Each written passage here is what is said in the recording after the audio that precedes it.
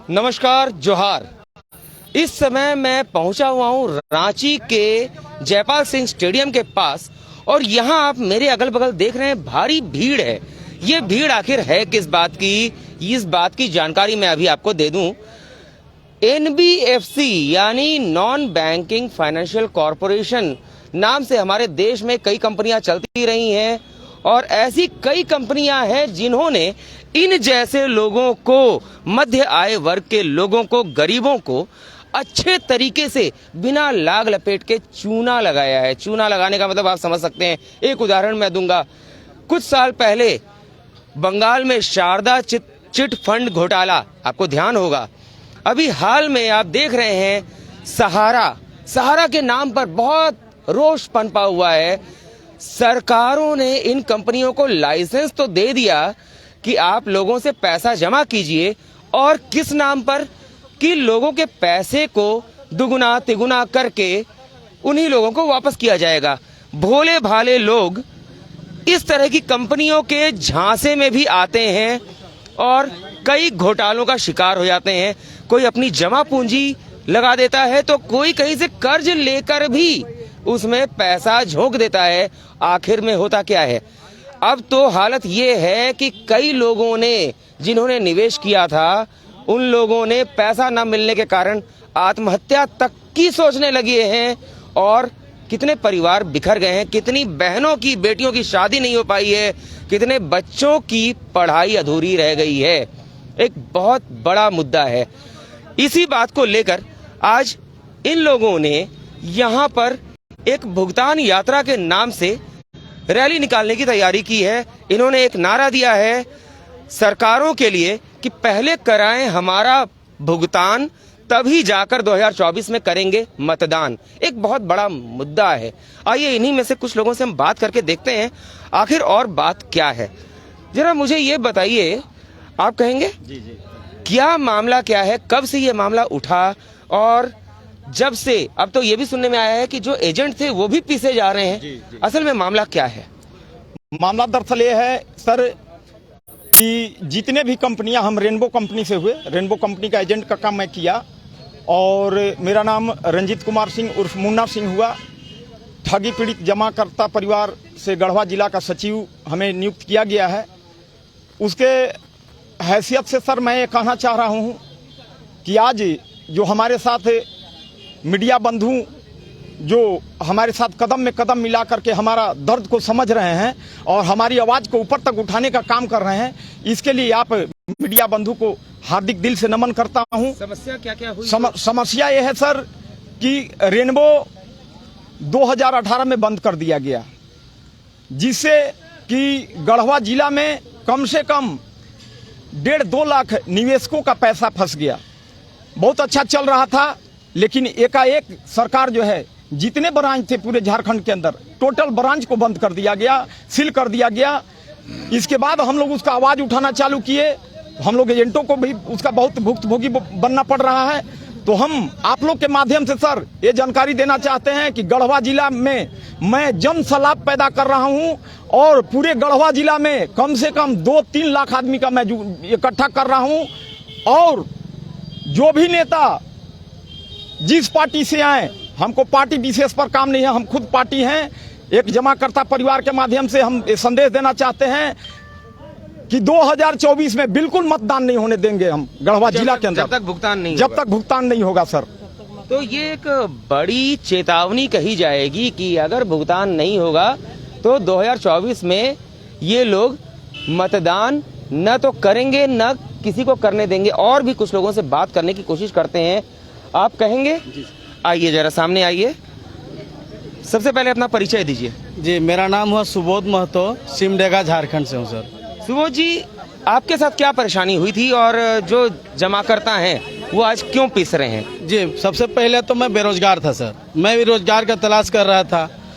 अगर कोई आएगा आपके पास, पूरा सरकार का पूरा पेपर दिखाएगा और बोलेगा कि एक कंपनी में आप काम करोगे तो आपको रोजगार मिलेगा, साथ में आपको कुछ पैसा जमा करवाएंगे तो गरीब परिवारों को ज्यादा पैसा मिलेगा।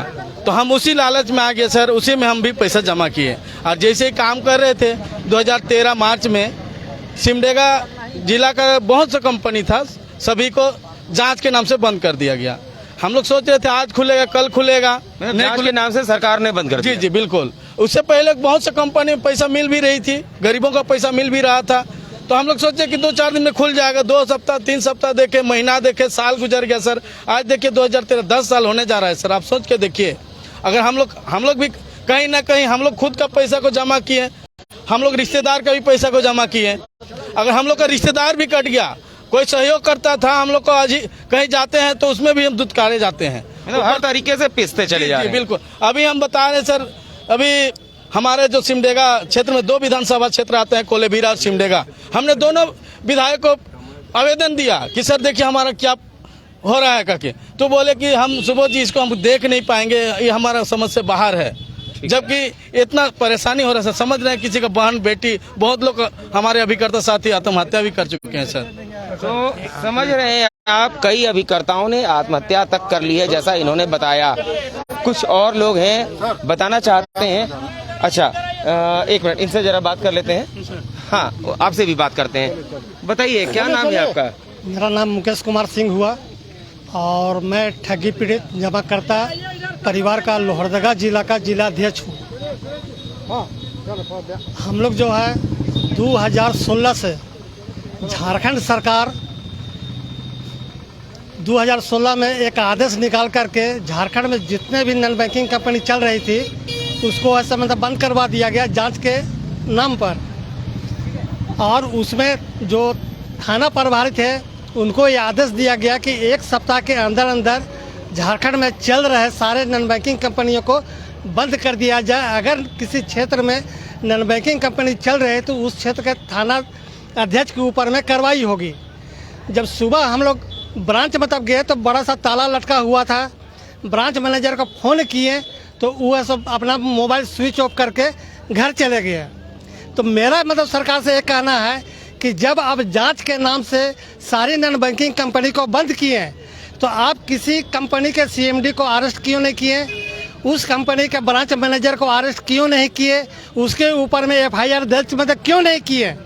तो बड़ा सवाल कि उन लोगों पर कार्रवाई क्यों नहीं हुई, क्योंकि अगर जांच के नाम पर रोका गया है तो उन पर भी कार्रवाई होनी चाहिए थी, जो सीएमडी हैं या ब्रांच मैनेजर हैं।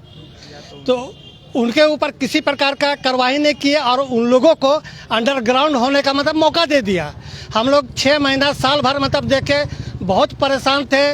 वर्कर जो एजेंट थे उन लोगों से घर छोड़ करके मतलब भाग गया और परेशान कर निवेशक जो है सो परेशान करने लगे कि हमारा पैसा वापस करो, हमारा पैसा वापस करो। हमने ऐसे लोहरदगा में लोअर कोर्ट में केस किया, 1 साल तक कोई सुनवाई नहीं हुआ, कोई डेट नहीं पड़ा। फिर हम लोग वकील से सलाह मशवरा करके हाई कोर्ट में हम लोग PIL दर्ज किए, उस पर भी किसी प्रकार का कोई सुनवाई नहीं हुआ। फिर हम लोग सेकेंड PIL किए 2021 में, उसका भी सुनवाई मतलब नहीं हुआ।